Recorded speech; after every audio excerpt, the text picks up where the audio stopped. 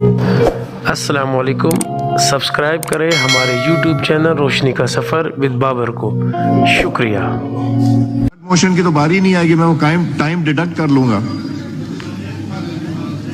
جی مولانا صاحب پلیز، یہ ہے انپریسیڈنٹڈ، بٹ جی ذرا کائنڈلی مختصر بات کیجیے مولانا فضل الرحمان صاحب۔ میں بالکل بھی آپ کا وقت ضائع نہیں کروں گا۔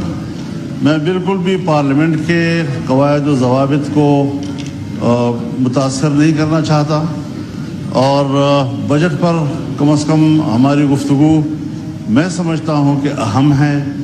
بہت سی ایشوز ایسی ہیں جس پر میں اپنی جماعت اور اپنے ووٹرز کا موقف دینا چاہتا ہوں۔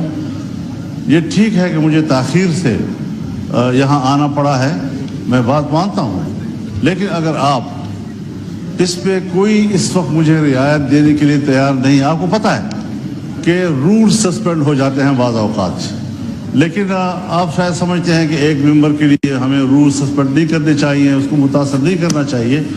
تو میں اپنی جو گفتگو ہے یا میرے جو تحفظات ہیں یا میں نے جو ایوان کے سامنے اپنے نظریہ یا نقطہ نظر پیش کرنا تھا، اگر آپ اس کی اجازت نہیں دیتے تو میں صرف ٹوکن واک آؤٹ کر جاؤں گا۔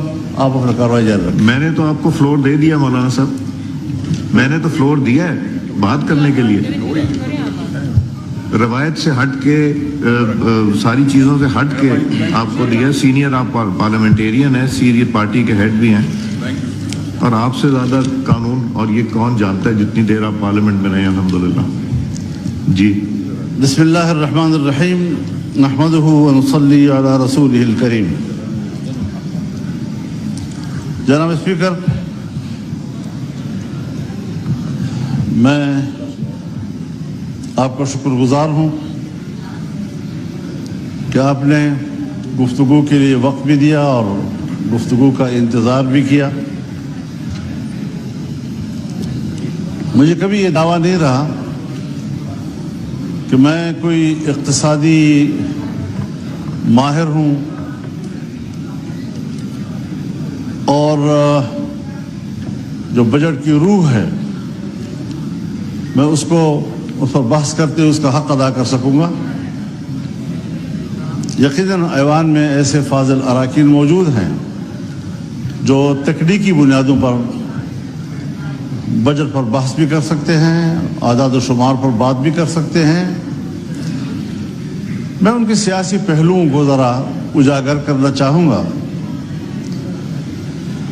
کہ 1988 سے میں اس ایوان میں کتنے بجٹ سن چکا ہوں، کتنے بجٹ میرے ہوتے ہوئے پاس ہوئے ہیں، اور ہر بجٹ پیش کرنے والی حکومت اس نے دعویٰ کیا ہے کہ یہ عوام دوست بھی ہے اور ملک کی ترقی کی راہ پر یہ بجٹ گامزن کرے گا ملک کو۔ اس تمام دعووں کے باوجود آج 75 سال کے بعد معاشی طور پر ملک کہاں کھڑا ہے، اس کو زیر بحث لانے کی بھی ضرورت نہیں ہے۔ شیشے کی طرح نظر آتا ہے کہ ہم دیوالیہ پن کے کنارے کھڑے ہیں، اور آج جو اس بجٹ میں آپ نے سب سے زیادہ توجہ دی ہے ٹیکس لگانے کے اوپر، اللہ اکبر، اللہ اکبر، اللہ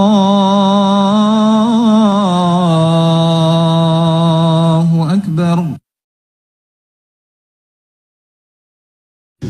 کہ آپ ٹیکس دیں تاکہ ملک کا خزانہ مضبوط ہو، ملک کا اقتصاد مضبوط ہو۔ جب حکمران اس قسم کا ڈیمانڈ قوم سے کرتے ہیں تو قوم کے بھی کچھ حقوق ہوتے ہیں۔ اگر آپ قوم کو وہ حقوق نہیں دے سکتے، پھر کیا آپ قوم سے ٹیکس وصول کرنے کا حق بھی رکھتے ہیں؟ اس کے بدلے میں قوم آپ سے دو چیزیں مانگتی ہیں، ایک امن جان مال اور عزت و آبرو کا تحفظ، اپنے انسانی حقوق کا تحفظ، اور دوسرا معاشی خوشحالی۔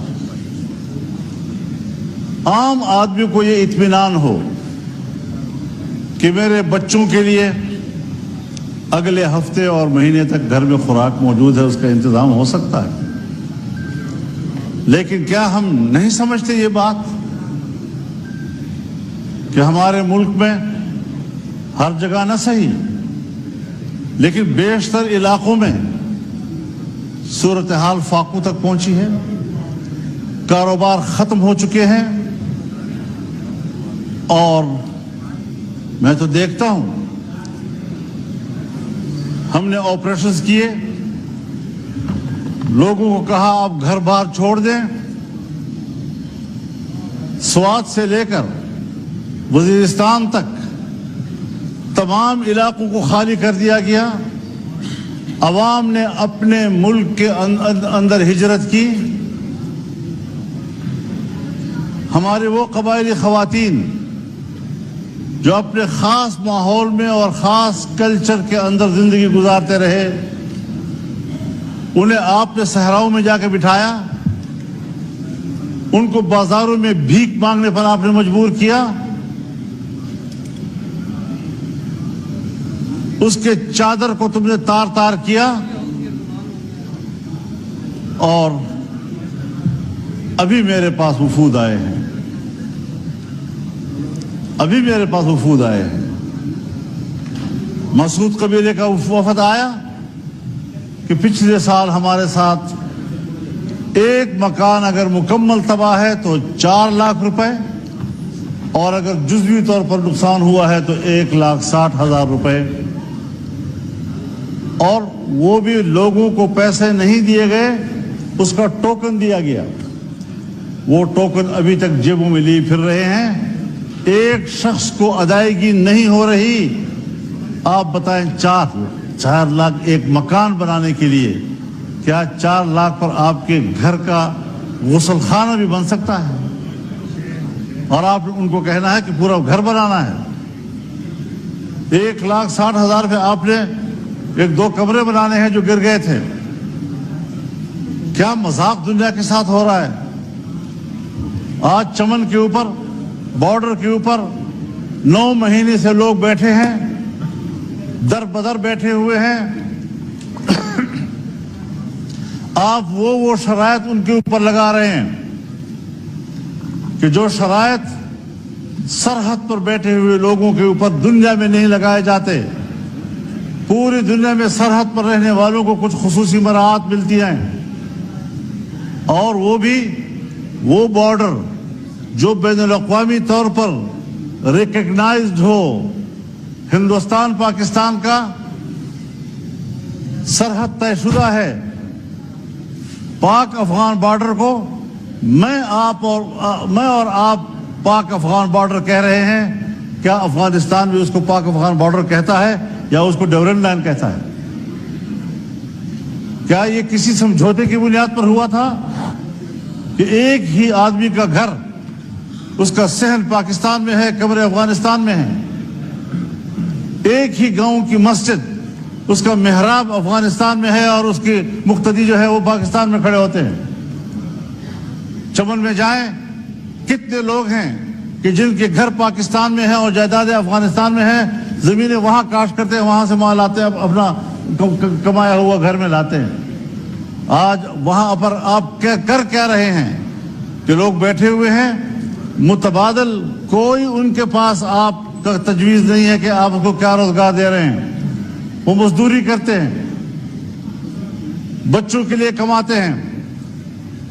میں آپ کو بتاؤں جناب اسپیکر، اب نوبت یہاں تک پہنچ گئی ہے کہ گھروں کے اندر، میں بڑی ذمہ دار فورم پر بات کر رہا ہوں، کہ گھروں کے اندر ہماری ماؤں بہنوں نے اپنے زیورات بیچ دیے ہیں، بالیاں بیچ دی ہیں، اور وہ اپنے روزگار کی فکر میں ہیں۔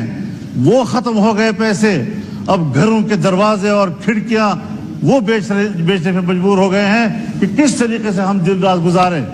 اور ریاست اس حد تک شقی القلب ہو چکی ہے کہ ان کو احساس تک نہیں ہے کہ یہ ملک کے باشندے ہیں اور ان کو کیا گزر رہی ہے. 9 مہینے تک لوگ بیٹھے ہوئے ہیں, کوئی احساس ہے اس بات پر؟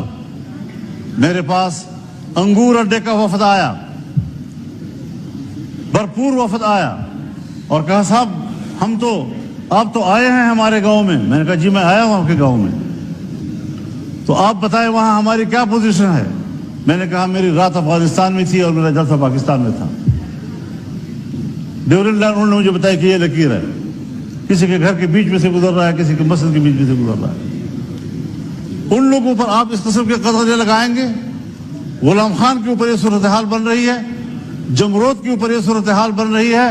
ذرا اپنے شرائط لگائیں, لیکن ان کے لیے قابل برداشت بھی تو ہوں, قابل عمل بھی تو ہوں.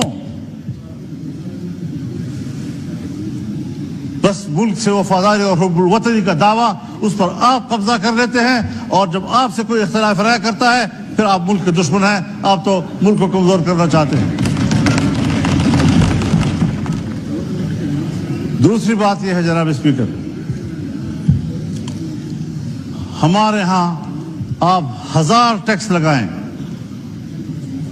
میں پارلیمنٹیرین بھی ہوں, 40 سال اس سیاست کی خارزار وادی سے گزر کر آج کھڑا ہوں.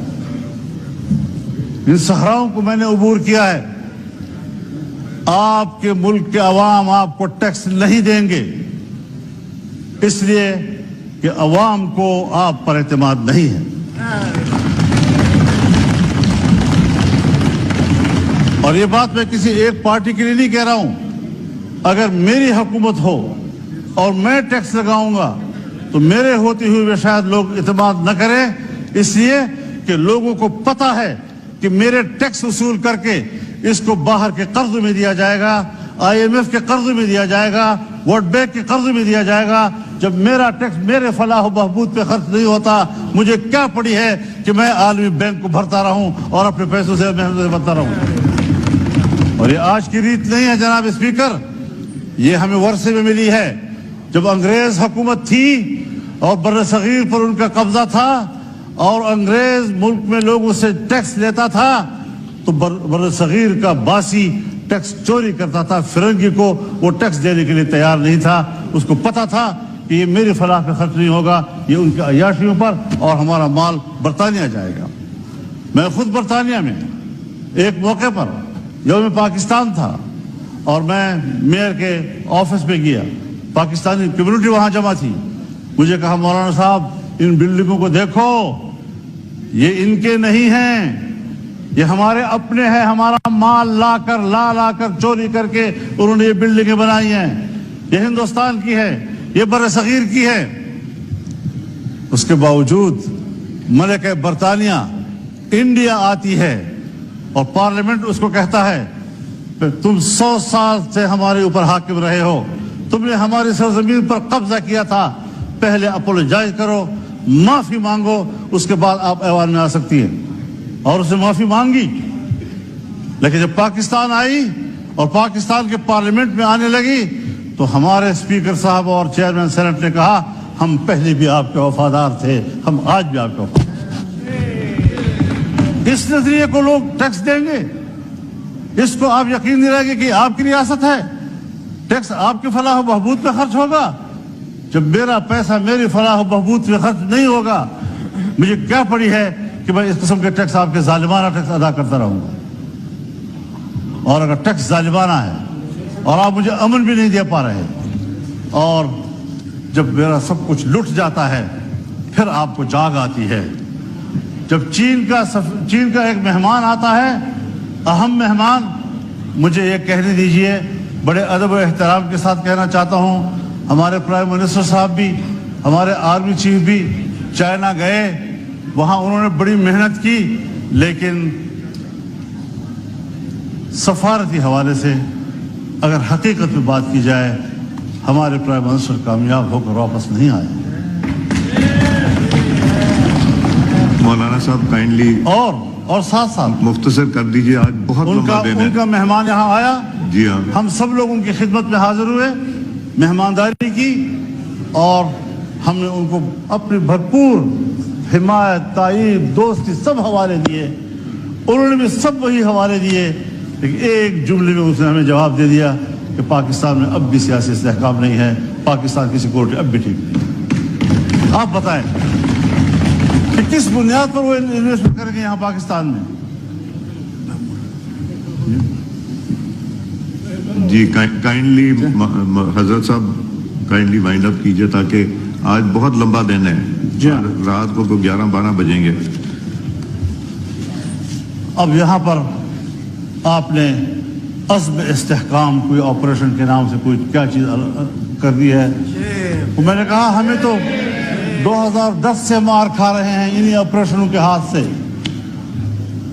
دہشت گردی کے خلاف جنگ, دہشت گردی کے خلاف جنگ. کیا دہشت گردی کے خلاف جنگ یہ بین الاقوامی ایجنڈا نہیں ہے؟ اس کے اس پہلو کو ہم کیوں نظر انداز کر رہے ہیں؟ باجوہ صاحب نے مجھے کہا, میرے سامنے بات کی کہ میں نے باڑ لگا دیا ہے. فخر سے کہتا تھا میں نے باڑ لگا دیا ہے. کسی کا باپ بھی نہ افغانستان جا سکتا ہے, نہ وہاں سے آ سکتا ہے, کوئی دہشت گرد نہیں آ سکتا. اب موجودہ آرمی چیف فخر سے کہتا ہے میں نے باڑ اکھاڑ کے پھینک دیا. اب پتہ نہیں وہ حب الوطنی ہے یا یہ حب الوطنی, وہ مسئلے کا حل تھا یا یہ مسئلے کا حل ہے. تو فکر بندی کی بات ہے حضرت. جی یہ آپریشن میں نے پہلے بھی عرض کی ہے, آج بھی کہتا ہوں, یہ عزم استحکام نہیں, یہ چین کو جواب دے رہے ہیں کہ جس عزم استحکام کی بات کی تھی آپ نے, اب ہم وہ استحکام لانا چاہتے ہیں, لیکن ہر چند کے ہے نہیں ہے. یہ استحکام عزم نہیں ہے, یہ عزم استحکام کی طرف ہم جا رہے ہیں. ہمیں سوچنا پڑے گا. میں کم از کم تضادات کا شکار نہیں ہوں, میں فکری یکسوئی کا علمبردار ہو کر آپ کے سامنے بات کر رہا ہوں کہ اس طریقے سے اگر آپ قوم کو ہانکتے رہیں گے, پاک پی ڈبلیو ڈی کو آپ ختم کر رہے ہیں, ہزاروں ملازمین کو آپ بے روزگار کر رہے ہیں, اتنا بڑا محکمہ جو پاکستان سے پہلے کا ہے, ان تمام محکموں کی ماں ہے, آپ نے کس سے مشورہ کیا؟ میں تو یہ دعویٰ بھی کرتا ہوں کہ یہ جو عزم استحکام پالیسی آپ لا رہے ہیں, اسٹیبلشمنٹ کا بھی آپس میں مشورہ نہیں ہے. ان کی بھی کچھ لوگ کچھ کہہ رہے ہیں تو دوسرے لوگ کچھ کہہ رہے ہیں. باہر آپ کچھ بیان دے رہے ہیں, پرائم منسٹر ہاؤس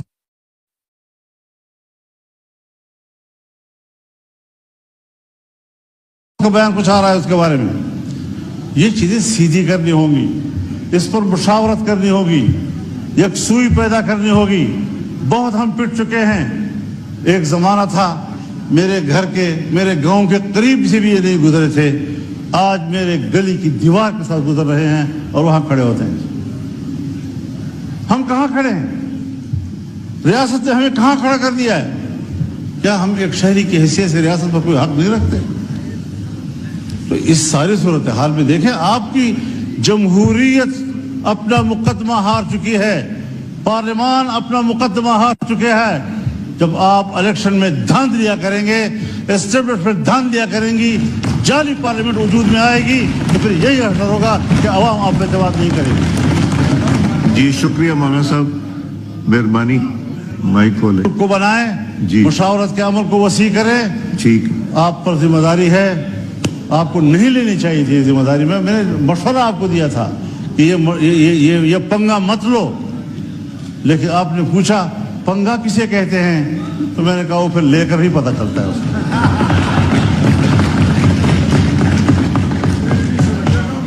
جی شکریہ مولانا صاحب. وہ کسی نے کہا نا دوسرے حضرت سے صاحب کہ پنگا کسے کہتے ہیں, انہوں نے کہا لے کر پتہ حضرت چلتا ہے. صاحب جی حضرت تو صاحب میں بہت مہربانی. یہ کچھ گزارشات تھی, جی شکریہ. کچھ رہ بھی گئی, لیکن یہ ہے کہ ذرا ان لوگوں پر رحم کیجئے. تفتان کی صورتحال بھی یہی بنتی جا رہی ہے, وہاں پر بھی انتہائی جو ملک کے مفاد میں سب کچھ ہو رہا ہے اس کو راستے میں روکے جا رہے ہیں. بہت میں مہربانی. آپ کا بہت شکر گزار ہوں, اور میں نے اگر دخل در معقولات کیا ہے اور آپ کے نفس کو متاثر کیا ہے, اس پر آپ سے معذرت خواہ بھی ہوں. لیکن بہرحال درد دل تھا جو آپ کے سامنے رکھا ہے اور پوری قوم کے سامنے رکھا ہے, اور انشاءاللہ یہ درد دل کا